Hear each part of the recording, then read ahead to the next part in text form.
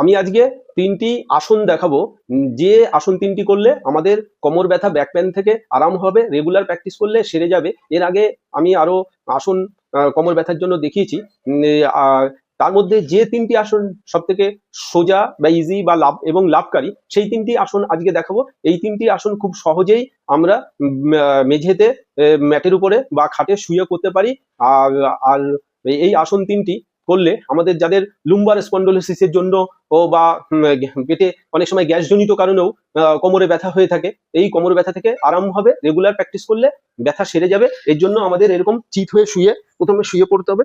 শুয়ে পড়ে আমাদেরকে কি করতে হবে, প্রথমে আমি দেখাবো পবন মুক্ত আসন। পেটে গ্যাসজনিত সমস্যা বা এরকম হলে এইরকম শুয়ে আমরা কি করবো, একটা হাঁটুকে ফোল্ড করে বুকের কাছে লাগাবো, ধরে চেপে ধরে লেগে রাখবো, বডি সোজা থাকবে। এরকম কাউন্ট করবো, 1 2 3 4 5 6 7 8 9 10 11 12 13 14 15, এই 15 20 বার কাউন্ট করে আবার ছেড়ে দেবো ধীরে ধীরে। আবার হাঁটুটাকে ফোল্ড করে বুকের কাছে চেপে ধরবো, 1 2 3 4 5 6 7 8 9 10 11 12 13 14 15 16 17 18 19 20। এবারে দুটো পা একসাথে, যারা পারবে না তারা দুটো পা একসাথে এরকম ফোল্ড করে চেপে ধরবে বুকের কাছে। এটা হচ্ছে পবন মুক্ত আসন। 1 2 3 4 5 6 7 8 9 10 11 12 13 14 15, ছেড়ে দেবো।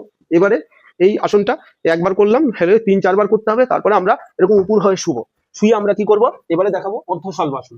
শুয়ে আমরা এরকম হাত দুটোকে এরকম দুই থায়ের নিচে নেব, নিয়ে পাটাকে একটা পা এরকম প্রথমে লেফট পা এরকম তুলবো, ধীরে ধীরে তুলবো, তুলে ফোল্ড যেন না হয় পাটা, এরকম আমরা কি করব, তুলে রেখে দেবো, হোল্ড করবো। 1 2 3 4 5 6 7 8 9 10 11 12 13 14 15, ধীরে ধীরে নামাবো।